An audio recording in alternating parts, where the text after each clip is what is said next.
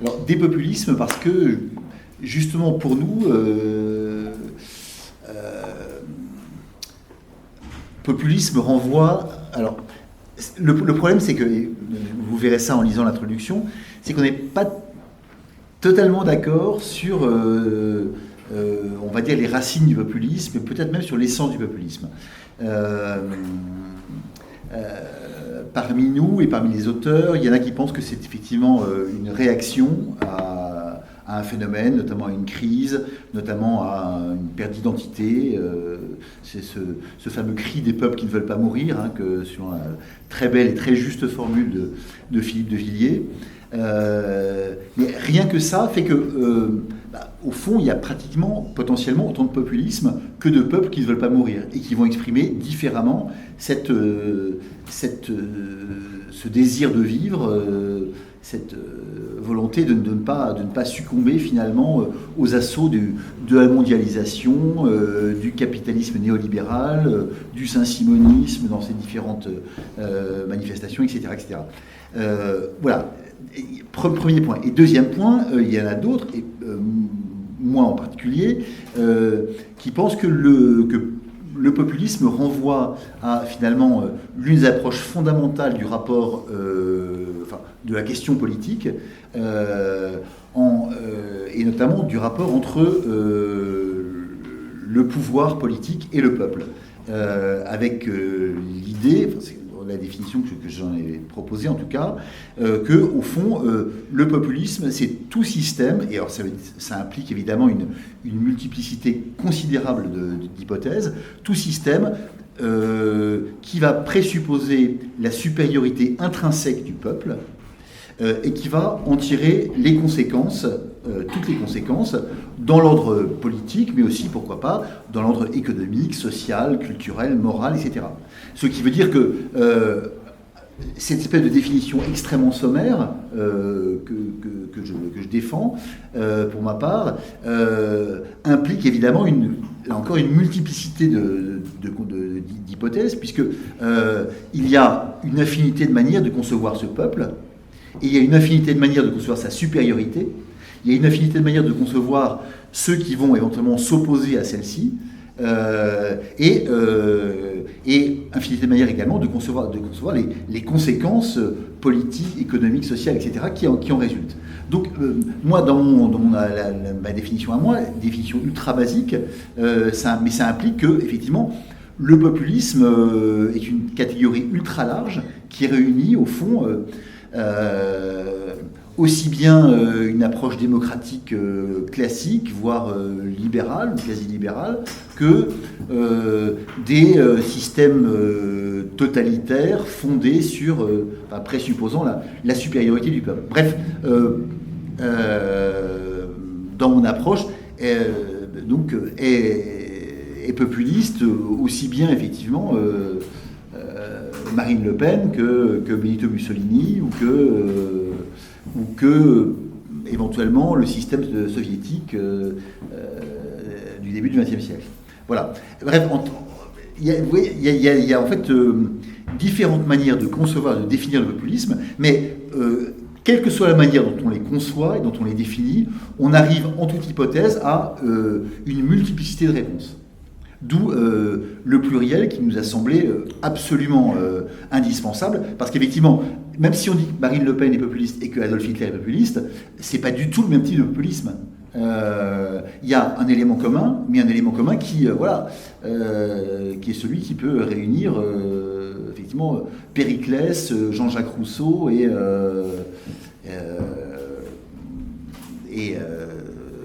Orban, quoi. Enfin voilà, c'est.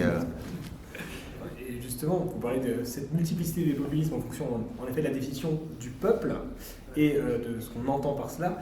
Et ce qui est intéressant, c'est de voir que le terme de populisme est finalement d'un emploi relativement récent. Pourtant, il est déjà plus ancien. On en parle déjà dans les mouvements agraires au XVIIIe siècle en Russie. Et puis, même, il y a un livre qui vient de sortir il y a peu qui parle quand Rome inventait le populisme. Quelle est la genèse, en fait, de ce mouvement populiste, finalement? Est-ce que ce mouvement populiste n'a pas toujours existé à travers l'histoire? C'est une question pour l'historien. Je vais vous répondre. Essayer de vous répondre. Disons que Effectivement, le problème auquel on se heurte quand on parle du populisme, il est double. D'une part, il y a un véritable danger qui est un danger tenant au fait de vouloir se concentrer uniquement sur les temps que nous vivons et de considérer que ce populisme dont on parle serait au fond un phénomène nouveau. Ça, je crois qu'effectivement, on a été entièrement d'accord pour balayer cette idée. Alors, se pose maintenant, effectivement, à la fois une question de temporalité et une question de définition. Alors, on peut effectivement considérer que le populisme pourrait remonter jusqu'à Rome, posant, comme l'a dit d'ailleurs très bien Frédéric, la question de la supériorité du peuple, du rapport du peuple au pouvoir ou du peuple aux élites. Bon. Cela étant, d'un point de vue historique, si on considère l'histoire du populisme, on va effectivement principalement arriver à la naissance du mot, c'est-à-dire au fond à la seconde moitié du XIXe siècle.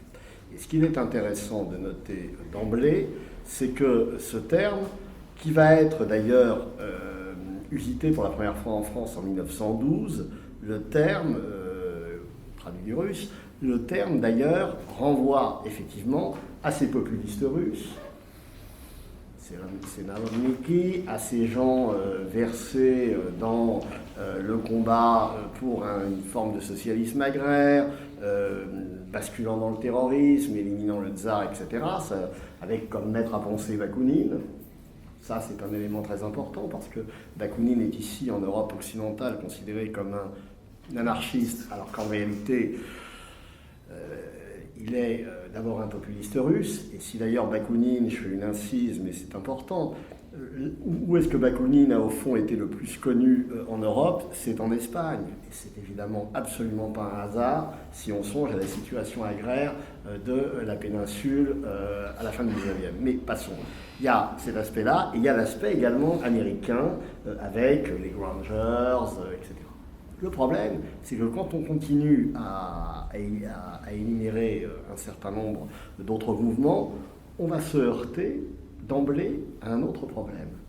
C'est qu'on a une pluralité de mouvements populistes. Et tout au long du fin 19e et jusqu'au 20e siècle, la liste est très longue et on en parle dans ce volume.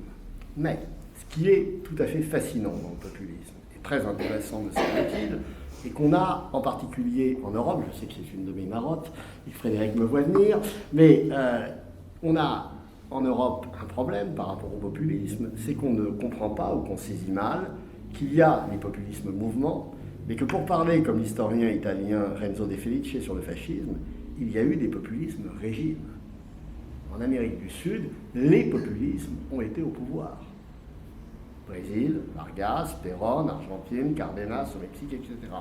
Et si vous êtes dans un débat avec des latino-américains, des scientifiques latino-américains, le mot populisme n'est absolument pas un gros mot. C'est au contraire une catégorie de la science politique parfaitement pratiquée. Alors, quand on arrive à aujourd'hui où on constate à quel point effectivement ce terme est complètement galvaudé par les usages polémiques que l'on peut en faire, on se dit, mais comment s'y prendre? Et je crois, pour ma part, que d'une part, la définition que proposait Frédéric, cette espèce de définition minimale. Deuxièmement, la question à poser constamment du rapport du populisme, du mouvement au régime. Si on pense aux démocraties libérales, est-ce qu'on peut par exemple considérer que Orban, il faudrait déjà considérer qu'Orban est un populiste, ce qui pour moi ne va nullement de soi, et surtout que son régime serait un régime de type populiste. Est-ce qu'on est passé à un populisme régime?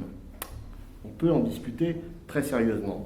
Et troisième élément très important, et là je rejoins tout à fait ce que disait Frédéric, c'est qu'on constate qu'en réalité ces populismes sont extrêmement variés selon les peuples dans lesquels ils émergent. Et ce qui est tout à fait frappant dans la montée en puissance des populismes en Europe aujourd'hui, c'est de constater que, à de rares exceptions près, Podemos en Espagne, mais là aussi c'est une importation latino-américaine. Podemos, c'est le produit d'Ernesto Laclau, voilà, il y a toute une histoire et toute une question de transfert culturel. Beaucoup de mouvements dits populistes aujourd'hui sont au fond des vieux partis. Des vieux partis qui se sont reconvertis. Et en Europe du Nord, c'est tout à fait fréquent. Alors, ça pose évidemment la question de savoir dans quelle mesure ce qu'on appelle aujourd'hui au fond les populismes en Europe serait ou non un phénomène si nouveau que cela ou pas, et dans quelle mesure, et là on revient à ce que disait Frédéric au début, est-ce qu'au fond ça ne traduit pas une sorte de symptôme effectivement extrêmement intéressant d'une crise très importante et des élites et de la démocratie, et je dirais plus largement une crise de la représentation dont les populismes d'aujourd'hui seraient au fond l'incarnation ou la manifestation, avec leur problème encore une fois fondamental, qui est celui de passer de l'opposition au pouvoir. Pour le moment, on en est, à mon avis, très loin. La transition est, je pense, toute faite, puisque mon travail est peut-être moins ambitieux que celui des dictionnaires. Je ne prétends pas, moi, définir le populisme dans l'histoire, ni même dans le monde entier. C'est un travail qui est circonscrit dans le temps, c'est-à-dire c'est le phénomène, essayer d'analyser le phénomène qu'on connaît aujourd'hui, et dans l'espace, puisque je m'intéresse plutôt aux démocraties occidentales, je mets de côté ce qui se passe en Amérique latine, et je pense que ce qui se passe en Chine, etc., ou même en Russie, est un phénomène un peu différent de ce qui se passe dans les démocraties occidentales. Je pense que c'est un phénomène qui est effectivement lié à la fin d'une époque. C'est vraiment un monde qui disparaît et un nouveau monde qui est en train de naître. La fin d'une époque parce qu'on sort du cycle néolibéral qui avait connu son apogée avec la chute du mur de Berlin, l'idée d'une mondialisation heureuse. Les élites de l'époque croient à un monde global, croient à un multiculturalisme heureux, et 30 ans après, les classes moyennes occidentales font le bilan de cette idéologie, de ce modèle en tout cas, auquel elles ont adhéré d'ailleurs pour la plupart, et elles se rendent compte que le compte n'y est pas. La mondialisation heureuse a donné lieu finalement à l'identité malheureuse d'une part. Sur le plan économique et social, les classes moyennes sont paupérisées. Et en plus, il y a un sentiment de dépossession démocratique, puisque le modèle global a créé des structures supranationales qui ont éloigné la démocratie du peuple. Donc je crois que c'est une réaction à cette triple dépossession, dépossession culturelle d'une part, dépossession économique et enfin dépossession démocratique qui frappe les classes moyennes occidentales. Ensuite, souvent, j'essaie aussi de répondre aux objections qui sont faites quand on parle de populisme. Souvent, les adversaires du populisme disent le populisme n'existe pas d'une certaine manière, ou on ne peut pas se revendiquer du peuple puisque le peuple n'existe pas. C'est d'ailleurs la thèse du livre qui vient de sortir de Rosan Vallon qui parle de société des individus. Je rappelle que l'essence même de la démocratie, c'est le gouvernement du peuple par le peuple pour le peuple. Donc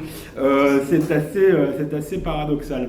La Révolution française se fait au nom du peuple, c'est l'article 2 aussi de la Constitution française, la souveraineté. Enfin, la France est une république et sa souveraineté s'exerce par le peuple. Donc c'est déjà assez paradoxal. L'idée que le populisme serait simplement une forme de démagogie, là encore, la démocratie par nature, c'est la concurrence des démagogies, puisque on ne peut pas empêcher les partis politiques ou les leaders politiques d'essayer de plaire à leurs électeurs. Donc moi je propose 3 définitions du peuple, et je crois que c'est la grande force des peuples de s'adresser justement à ces 3 définitions du peuple. La première, c'est tout simplement le peuple comme démos, comme communauté politique. Je parlais tout à l'heure de dépossession démocratique. Les élites au pouvoir se sont de moins en moins adressées au peuple comme démos. Elles ont eu tendance à gouverner pour des minorités. Et donc la force des populistes, c'est de vouloir s'adresser de nouveau aux majorités et de leur redonner le sentiment d'être maître de leur destin. Ensuite, on peut définir le peuple comme ethnos. Et là, je ne parle pas comme ethnie, mais en tout cas comme communauté culturelle qui a des racines communes, qui a une histoire, un héritage à partager. Et là encore, ça a été la grande force des populistes d'analyser cette dépossession culturelle dont je parlais et de tenter d'y répondre face au rouleau compresseur qui a été la mondialisation, avec une forme d'uniformisation qui détruit les paysages, qui détruit les centres-villes, etc. Et en même temps, bien sûr, le phénomène de l'émigration de masse qui a créé une insécurité culturelle très forte. Et enfin, les populistes s'adressent au peuple en tant que plebs, tout simplement, puisque je disais tout à l'heure que c'était une réaction des classes moyennes occidentales. En fait, la classe moyenne occidentale, comme l'a dit Christophe Guilluy, est d'une certaine manière en train de disparaître, en train de se paupériser. L'espérance de vie des ouvriers blancs américains diminue. Donc là encore, la grande force des populistes, c'est d'avoir identifié cette détresse-là et de tenter d'y apporter des réponses. Moi, je ne suis pas sûr que les réponses soient toujours les bonnes, mais en tout cas, ils tentent de le faire en s'adressant à ces trois dimensions du peuple.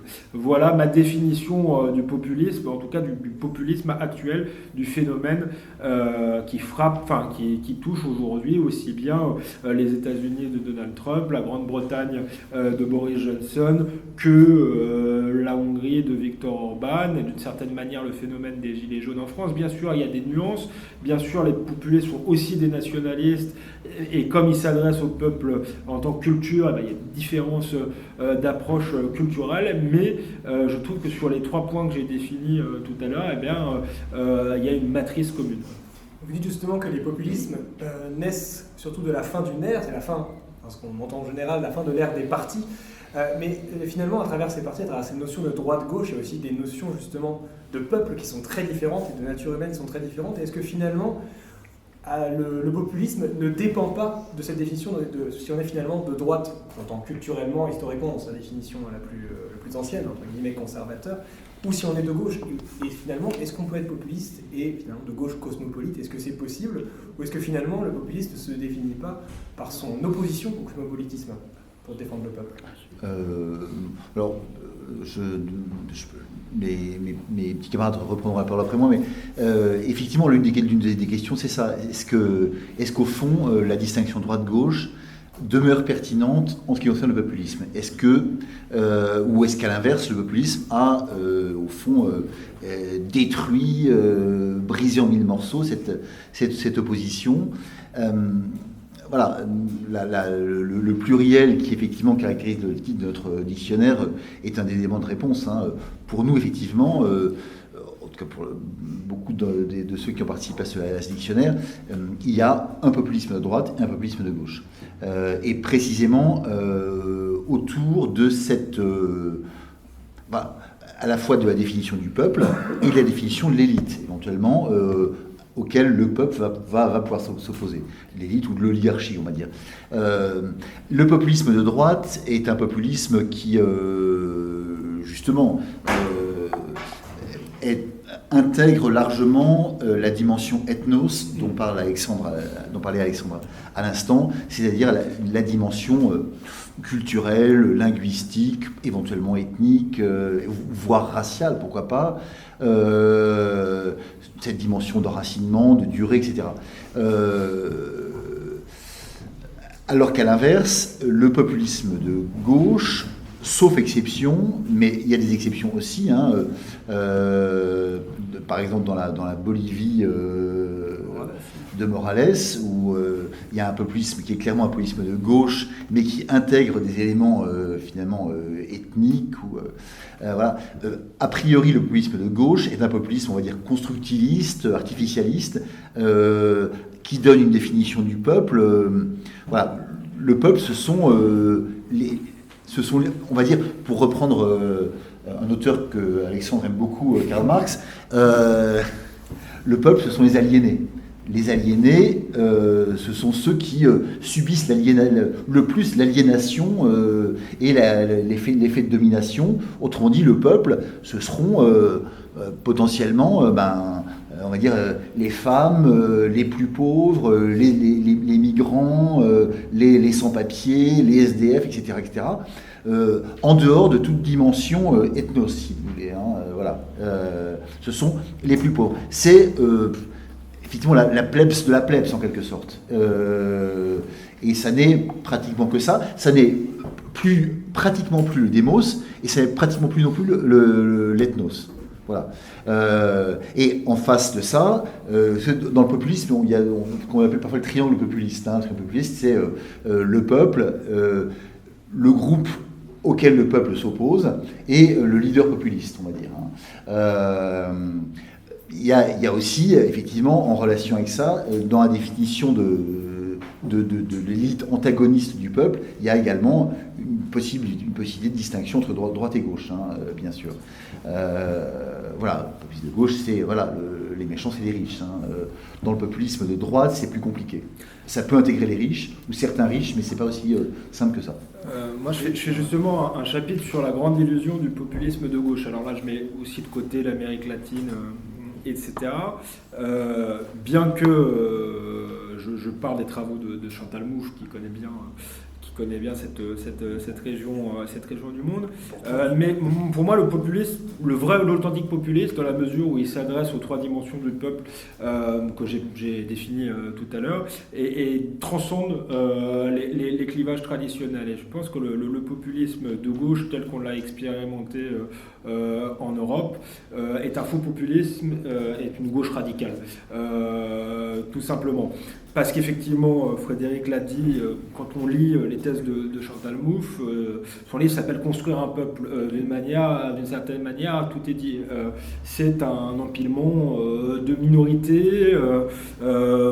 Voilà, c'est une construction, alors que dans la dimension ethnos du peuple, il y a quand même la notion d'héritage. Et des mots aussi. Et dans à la limite, le démos, ils peuvent considérer qu'il y a une communauté politique créée de toutes pièces. Mais en tout cas, la dimension ethnos, c'est une certitude, est totalement absente chez les populistes de gauche. Et on voit bien que chez Chantal Mouffe, d'ailleurs, c'est théorisé comme tel. C'est théorisé à la fois comme une construction pure et comme une rhétorique, puisque en gros, elle explique que les mots nation, par exemple, sont des signifiants vides, qu'il faut reprendre en quelque sorte les codes culturels des populistes, selon elle, de droite, mais on voit bien que c'est des éléments pour faire campagne. Ça a été très flagrant pendant la campagne de Mélenchon, qui a d'ailleurs été très efficace. Il a fait une campagne tricolore, bleu, blanc, rouge, où il n'y avait plus aucun élément de la gauche traditionnelle. Son slogan de campagne, c'était au nom du peuple, je crois. Enfin, c'est très proche de celui de Marine Le Pen. Et ça a été efficace le temps de campagne, mais ensuite, on s'est bien rendu compte que finalement, la gauche insoumise, c'était l'auberge espagnole de toutes les gauches radicales. Ça allait d'anciens trotskistes aux indigénistes, etc. Et c'est un truc qu'on retrouve dans tous les populismes, presque tous les populismes de gauche européens. Podemos, ça a été un peu la même évolution. Il y a aussi une chose, à mon avis, qui les distingue du populisme tout court, c'est qu'au fond, ils sont souvent internationalistes, ce qui fait qu'ils sont très ambigus sur la question de la souveraineté. Ils commencent d'abord par défier l'Union européenne et finalement, systématiquement, ils se couchent parce que la nation, quand même, c'est sale et qu'il vaut mieux être pieds et poings liés avec l'Union européenne que passer pour des nationalistes. On a eu le cas avec Podemos, qui a finalement s'est rallié au Parti socialiste. On a eu le cas également en Grèce avec Syriza. Donc voilà, pour moi, c'est une illusion. Ça reprend la rhétorique des leaders populistes traditionnels, mais au service d'une idéologie qui est finalement une vieille idéologie, qui est celle de la gauche radicale et internationaliste. Oui, je vais rajouter quelque chose, deux, trois choses. Alors effectivement, je rebondis sur ce qui était dit sur la Grèce, parce que c'est effectivement extrêmement intéressant de voir comment, finalement, le mouvement n'est pas passé au régime. Et à cet égard, il est quand même très frappant d'observer à quel point, effectivement, Tsipras, vous direz que chaque parti politique a pu trahir un certain nombre d'engagements électoraux, j'entends bien, mais là, on est quand même dans un positionnement et dans un revirement à 180 degrés. Alors, ça veut dire deux choses. Ça veut dire d'abord le problème de ces populistes, effectivement, de gauche, qui ont un programme dont ils sentent que les contraintes, évidemment, les empêchent de le mettre en œuvre, premièrement. Mais, autre question qui se pose, malgré tout, parce que tout à l'heure, Alexandre parlait des crises de la classe moyenne, etc. Dans les années 30, c'était comme ça. Simplement, aujourd'hui, il n'y a pas, au moins en Europe, au moins pour le moment, au fond, un certain nombre d'acteurs politiques qui, j'allais dire, osent mettre en œuvre une politique qu'ils estiment nécessaire. Et par conséquent, renverser la table. Et l'exemple de la Grèce, de ce point de vue, est extrêmement intéressant.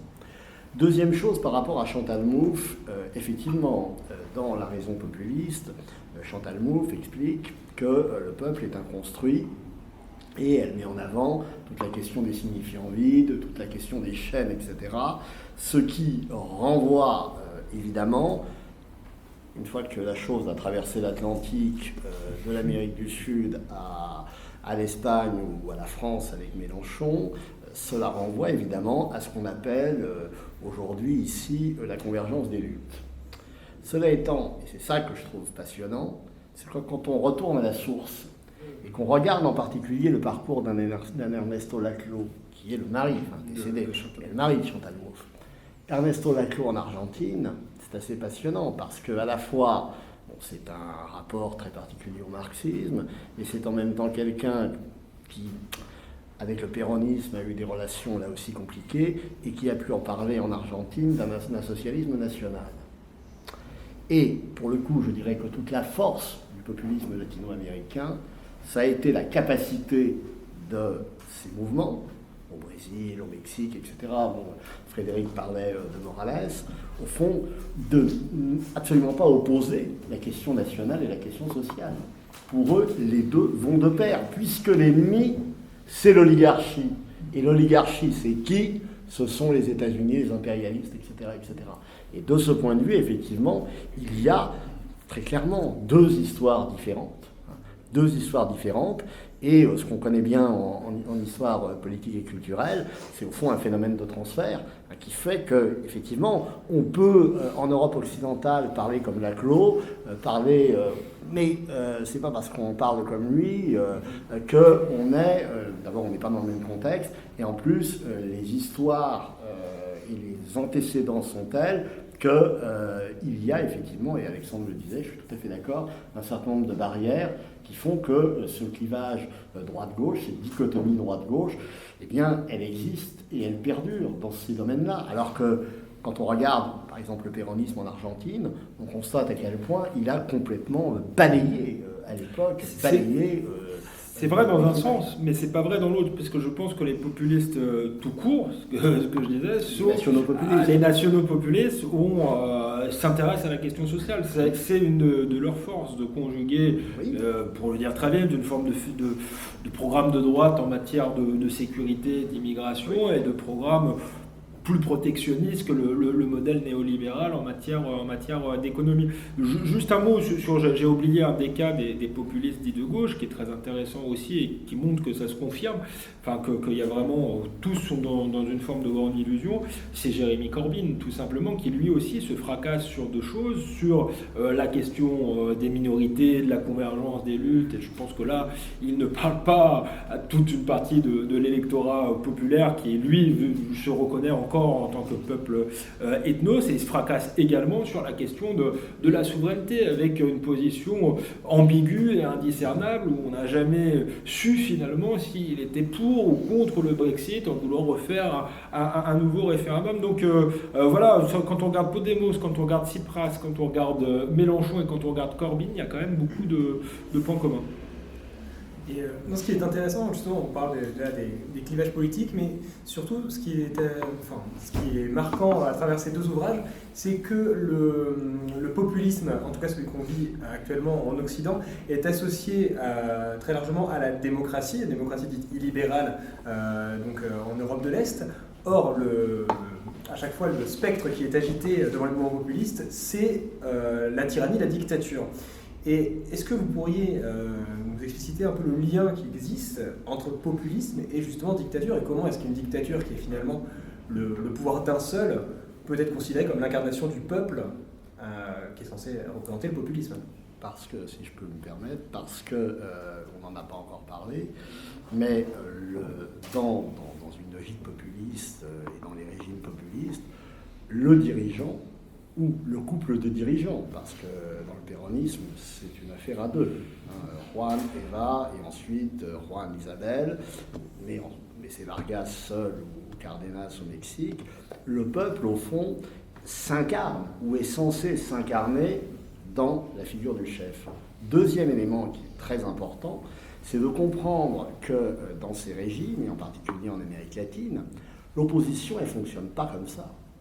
C'est-à-dire que, effectivement, on peut considérer que ces régimes ont été des dictatures, certes.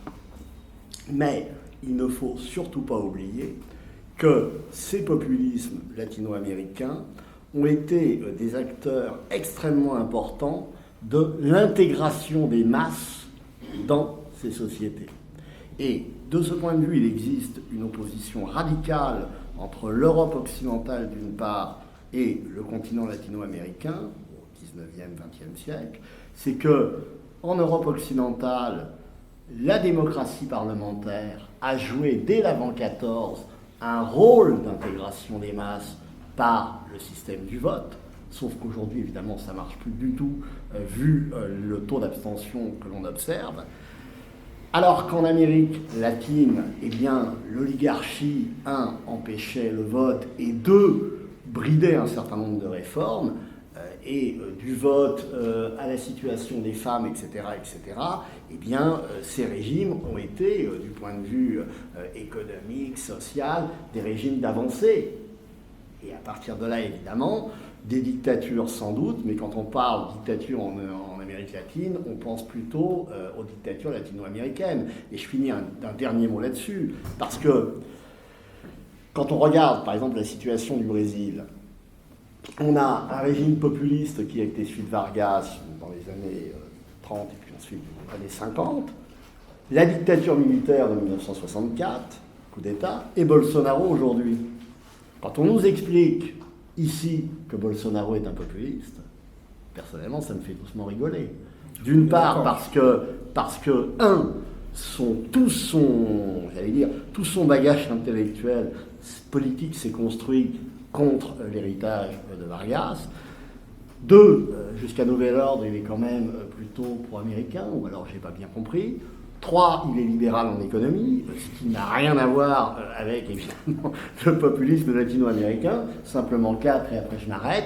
Évidemment, vu d'ici, comme on confond, au fond, l'apparence de Bolsonaro, les tirades qu'il peut faire et la comparaison avec Trump, on emballe tout ça en disant, mais formidable, en Amérique latine, de Morales à Chavez en passant par Bolsonaro, on aurait la même chose. Et je me permets de faire un instant une pub pour notre dictionnaire, pour dire que, non, mais on a tenu sur tous ces régimes, et sur tous ces acteurs, à faire intervenir un certain nombre de collègues, justement, originaires, des collègues brésiliens que Frédéric connaît, etc., pour nous parler de tout cela, pour éviter, évidemment, des raccourcis trop communs. Ben, c'est d'ailleurs pour ça que moi j'ai commencé par dire que je ne parlais pas du phénomène de l'Amérique latine, mais pas non plus de Poutine ou de Xi Jinping ou d'Erdogan, parce que je crois que justement dans le langage médiatique, il y a une volonté de faire l'amalgame entre tous ces régimes qui n'ont rien à voir. Et je ne suis pas de ceux qui diabolisent le régime de Poutine, mais je pense que c'est un régime autoritaire qui correspond à l'histoire de la Russie. La Russie n'a pas la même histoire que la nôtre. D'ailleurs, c'est un raisonnement très libéral de vouloir faire un modèle commun. C'est justement une vision détachée de l'histoire et de la géographie. Donc, je pense qu'il faut quand même s'intéresser à l'histoire et à la géographie, de même que l'histoire de la Turquie. Il y a toujours une tension entre un régime laïque et un régime islamiste, donc c'est très particulier. Et là, on a une forme de néo-ottomanisme. On n'est pas du tout dans le même registre que les populismes d'Europe occidentale ou le populisme de Trump. Et enfin, la Chine de Xi Jinping. Il y a une tolérance d'ailleurs incroyable des élites, mais c'est peut-être un des derniers régimes totalitaires de la planète. Et ce qui est très amusant, c'est qu'il on voit bien que communiste, c'est un régime communiste et ça vient communiste. balayer une thèse qui était la thèse dominante à l'époque en 1989, c'était de dire que l'ouverture du marché allait aller de pair avec les libertés individuelles. Or la Chine montre bien qu'il peut y avoir une ouverture économique, une forme de liberté économique et pas du tout de liberté individuelle, et peut-être de moins en moins parce qu'ils investissent dans l'intelligence artificielle, ils pratiquent à fond la reconnaissance faciale, etc. Et d'ailleurs, c'est très intéressant de voir comment est gérée la crise du coronavirus. 60 millions de personnes mises finalement en quarantaine, ce qui est incroyablement spectaculaire. Enfin, c'est l'Italie plus le Portugal mis sous quarantaine. Qui peut faire ça aujourd'hui, à part un régime totalitaire? Voilà, c'était une parenthèse.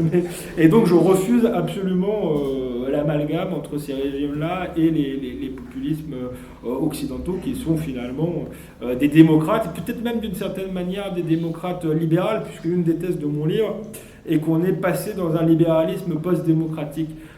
Finalement, avec la démocratie libérale, c'est un équilibre entre les institutions, les contre-pouvoirs, l'état de droit, et moi je m'y oppose pas, du moment qu'on respecte aussi la souveraineté populaire. Et je trouve, moi, que les régimes populistes retrouvent une forme d'équilibre entre le droit des minorités, l'état de droit, les contre-pouvoirs et la volonté de la majorité qui doit quand même être respectée en démocratie. Moi, je reviens sur au point de départ. Vous posez la question de la populisme, dictature, démocratie. Je pense que toute la question, en fait, envisagée sous un autre angle que mes deux brillants voisins, toute la question dépend aussi de la définition qu'on va donner de la démocratie. Voilà. Est-ce que la démocratie, c'est, comme on l'entend à notre époque, depuis, mettons, la fin du XXe siècle, est-ce que la démocratie, c'est finalement purement et simplement la défense des droits de l'homme, des libertés, etc., auquel cas il y a évidemment une opposition logique et radicale avec la dictature, ou est-ce que c'est, comme finalement l'entendaient ces premiers défenseurs, mettons au XVIIIe siècle, Rousseau en tête, ou la Sieyès par exemple, est-ce que la démocratie, c'est la souveraineté du peuple? Si c'est la souveraineté du peuple, ça veut dire que le peuple a le droit de tout faire, de faire ce qu'il veut. Sieyès, dans Qu'est-ce que le tiers-État, explique que, voilà, dès lors que le peuple veut quelque chose, la chose est bonne.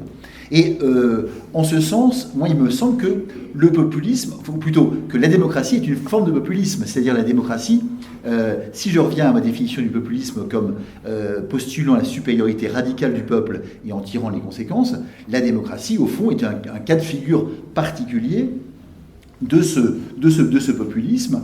Voilà, il y aurait le genre populiste et l'espèce démocratique en quelque sorte. Si on admet donc que la démocratie, c'est la possibilité pour le peuple de vouloir ce qu'il veut et donc de faire ce qu'il veut, et par conséquent que en démocratie, quoi que fasse le peuple, la chose est légitime puisque c'est lui qui l'a faite et qui l'a voulu et que c'est lui qui est le souverain, alors il n'y a aucune opposition de principe entre démocratie et dictature, entre démocratie et remise en cause des droits, des libertés fondamentales, etc. etc.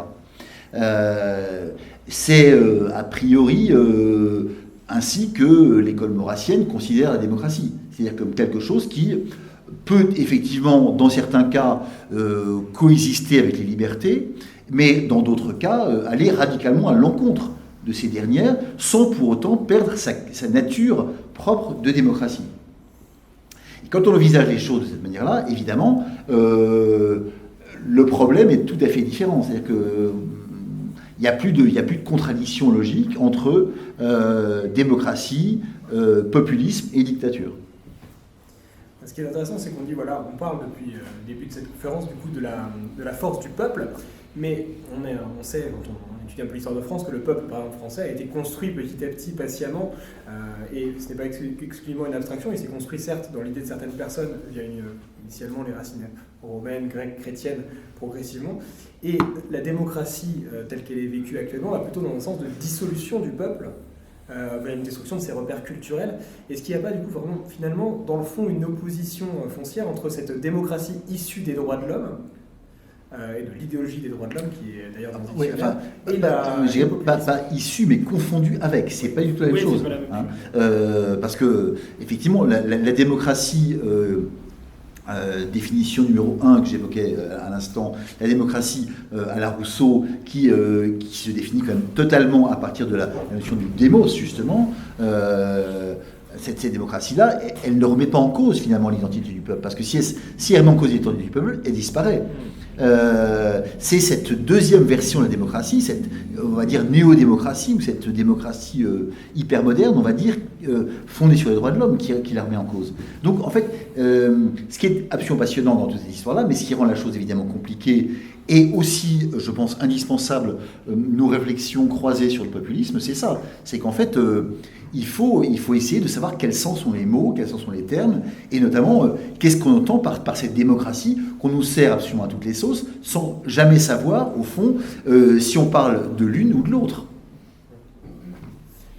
Dans la Déclaration des droits de l'homme, il ne faut pas oublier que c'est la Déclaration des droits de l'homme et du citoyen. On est dans un cadre national. Moi, je pense que la démocratie, la souveraineté populaire est malgré tout compatible avec les droits de l'homme à partir du moment où ils sont ancrés et délimités sur un territoire. Là où ça devient compliqué aujourd'hui, c'est qu'on est passé à une échelle supranationale avec la CEDH qui vient prendre des décisions au-dessus des décisions du Parlement français, qui a un certain nombre de contre-pouvoirs qui vont au-delà des contre-pouvoirs qui étaient ceux d'une démocratie libérale équilibrée.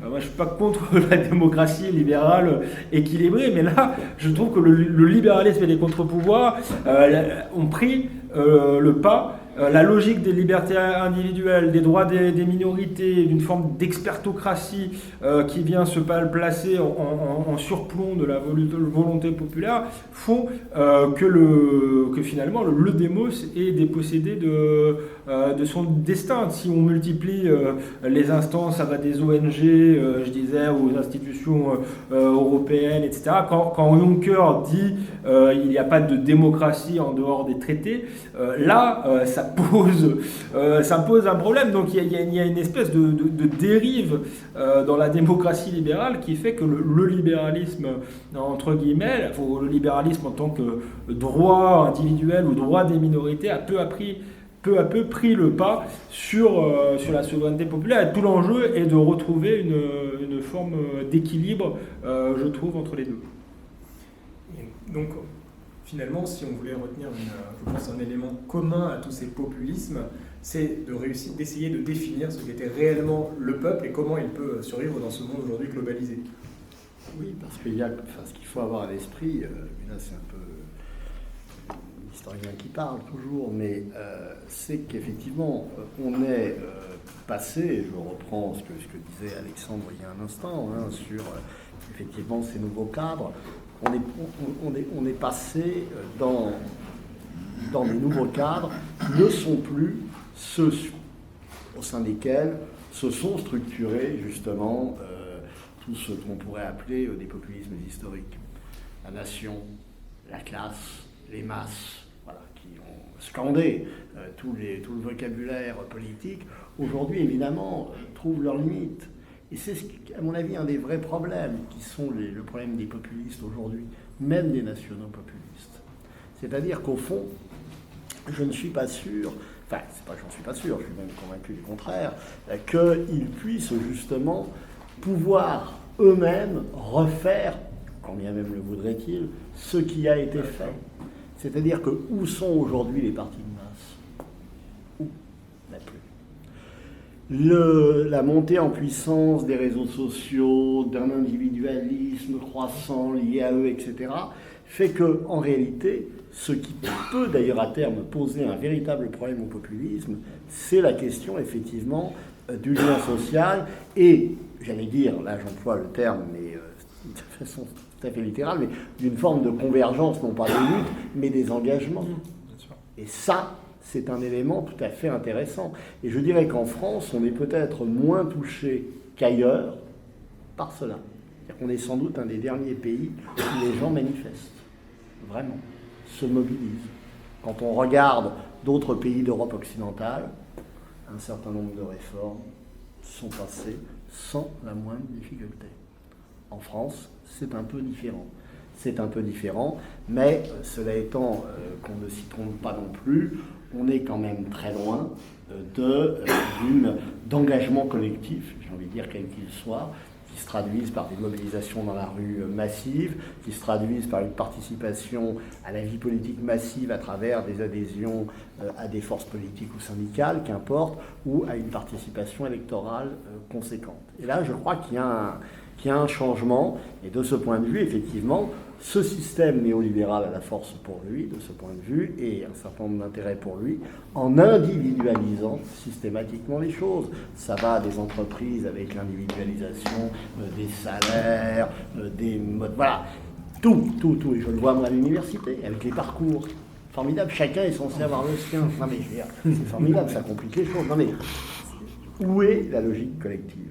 Où est la logique collective ? Je trouve que le mouvement des Gilets jaunes a résumé peut-être ce que vous venez de dire avec une phase qui a donné plutôt de l'espoir, une dimension collective et une phase individualiste. On a eu un peu les deux sur les ronds-points. Le fait de se retrouver sur les ronds-points, à mon avis, au mois de novembre, je crois que ça a débuté. Après, au mois de décembre, ça me donnait... Enfin, il y avait un désir de collectif, je pense, derrière tout ça. C'est à un moment où on a vu ressortir le drapeau français, les drapeaux régionaux, où on a chanté la Marseillaise. Donc, il y avait à mon avis, malgré tout, ce désir profond, et je crois que c'est le ressort du succès des populismes un peu partout, d'enracinement, d'identité, de collectif. Et en même temps, on a vu que ce mouvement n'avait pas pu se transformer parce qu'il a été victime justement de la société des individus. Au bout d'un moment, ils n'ont pas su se donner un chef. On a eu une multiplicité de revendications individuelles. Donc il y avait les deux. Il y avait aussi ce souhait du RIC qui, moi, je trouvais intéressant parce qu'il renvoyait aussi à ce sentiment de dépossession démocratique et de faillite du système représentatif. Mais voilà, c'est un mouvement qui nous fait balancer entre espoir et scepticisme. Moi, j'ai plutôt la foi dans le peuple et dans l'idée qui peut se ressaisir à un moment ou à un autre, pour peu qu'il y ait aussi des leaders de qualité, ce qui malheureusement n'est pas le cas dans notre pays, et qui crée l'impasse démocratique, à mon avis, terrible dans laquelle nous sommes, et qui risque bien de se prolonger lors de la prochaine élection. Oui, la vraie question, au fond, c'est... qu'est-ce que c'est que le populisme quand le peuple est en train de mourir, au fond ? C'est la vraie question. Et est-ce que le populisme, c'est pas une réaction paradoxale à ce sentiment qu'a le peuple de disparaître petit à petit, et voilà, en tant qu'ensemble, donc en tant que démos finalement, en tant que groupe réellement constitué, ayant le sentiment de faire société, parce que ayant non seulement des intérêts communs, mais aussi une culture commune, des racines communes, un projet commun, on en revient toujours plus ou moins à Renan, à sa définition de la nation, en fait. Et ce faisant, on comprend à quel point il est urgent finalement de réfléchir et de travailler sur toutes ces questions-là. Parce que une fois que voilà, la question c'est ça. Une fois que le peuple a disparu, une fois que la nation a disparu, qu'est-ce qu'on fait ? Et puis surtout, qu'est-ce qu'on est ? On n'est plus rien, effectivement. Et on revient au fond au questionnement nationaliste de la fin du 19e siècle, en un sens. L'enjeu, c'est est-ce qu'il y a un sursaut ? Est-ce que le populisme peut recréer une forme de cadre, ou est-ce qu'on va vers l'archipélisation ? Le livre de Jérôme Fourquet était quand même très important, et il est vrai que la globalisation, paradoxalement, a produit de la tribalisation. Je crois qu'on est dans cette ère-là. Régis Debray parle de la dialectique de l'ayatollah et du Coca-Cola. Alors, il parlait de l'Iran, je crois, mais c'est ça. Est-ce qu'on va vers une libanisation de la France ou est-ce qu'on va vers un sursaut collectif? Je crois que le danger, il est beaucoup plus dans cette tribalisation que dans le danger populiste, qui est plutôt un refus, malgré tout, aujourd'hui, de la majorité des Français de se laisser entraîner là-dedans, dans cette archipélisation. Un refus assez sain, finalement, et assez normal. Hein. Effectivement, c'est le noyé qui lève le bras pour essayer ou les bras pour essayer de ne pas y passer. Et justement, vous avez bien souligné tout à l'heure que ce qui manquait, notamment au mouvement des Gilets jaunes, et peut-être en France, au mouvement populiste en général, c'est un leader dans lequel s'incarner, cet élément du triangle finalement du populisme. Qu'est-ce qui, à votre avis, explique cette absence de leader en France populiste? Est-ce qu'il y a un style populiste qui manquerait à la France?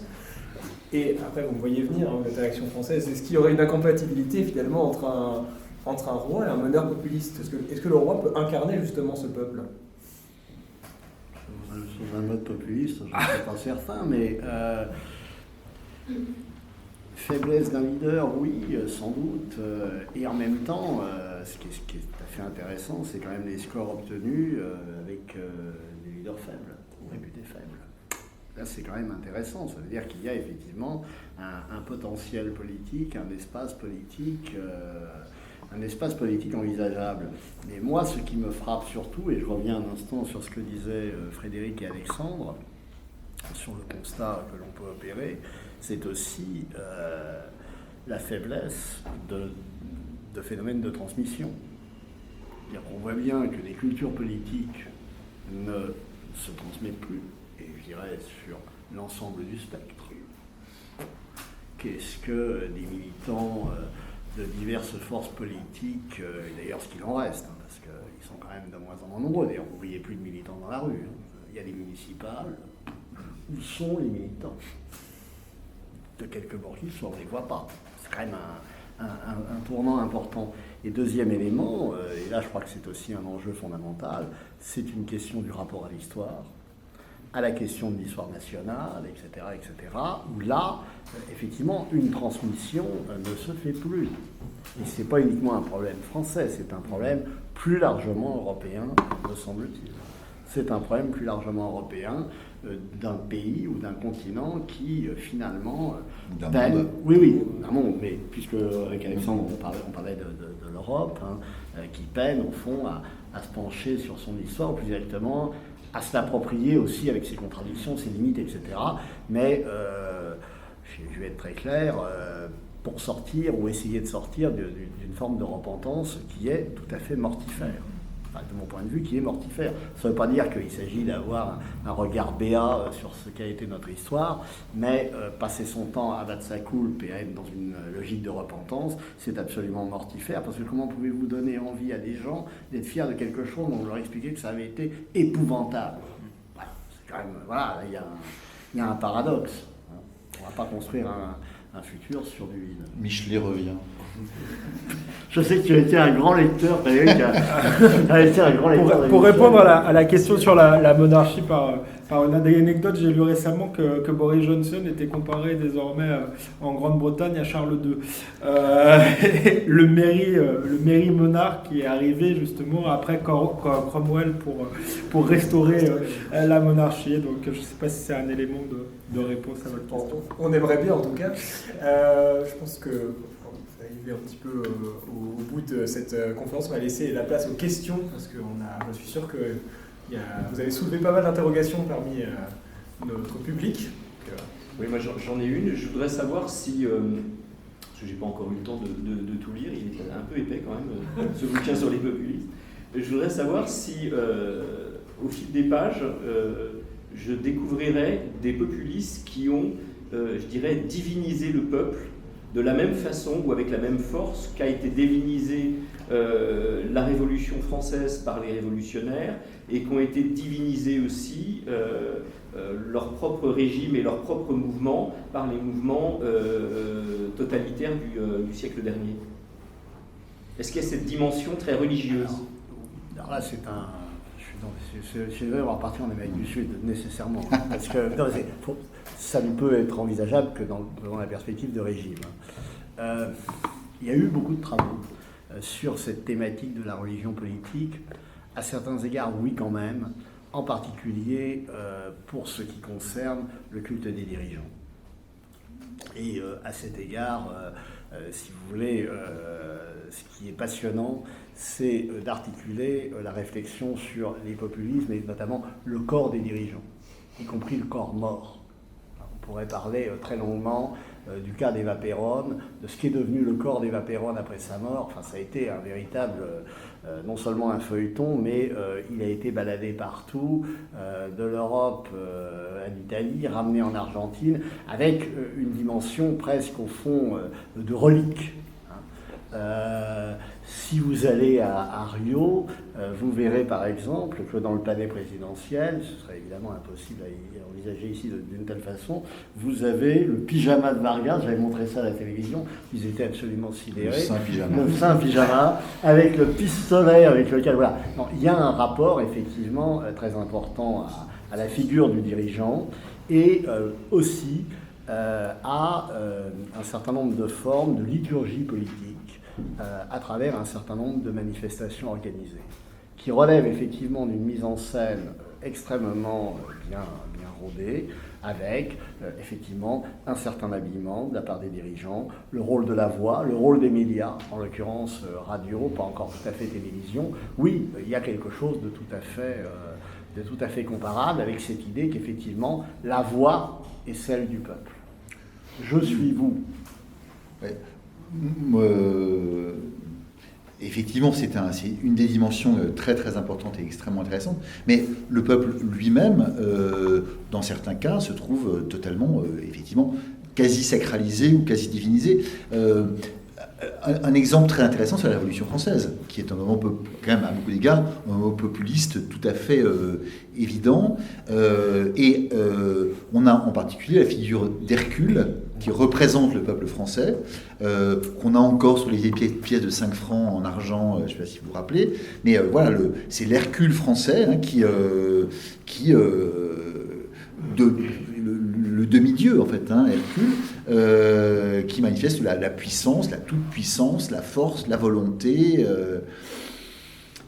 Donc, même dans l'iconographie, il y a cette dimension-là. Et d'ailleurs, si on reste dans la thématique de l'iconographie, qui est souvent très amusante, pensons par exemple à l'iconographie de la Déclaration des droits de l'homme et du citoyen, qui reprend expressément, hein, c'est bien connu, hein, l'iconographie du décalogue, traditionnel du décalogue, avec ces deux tables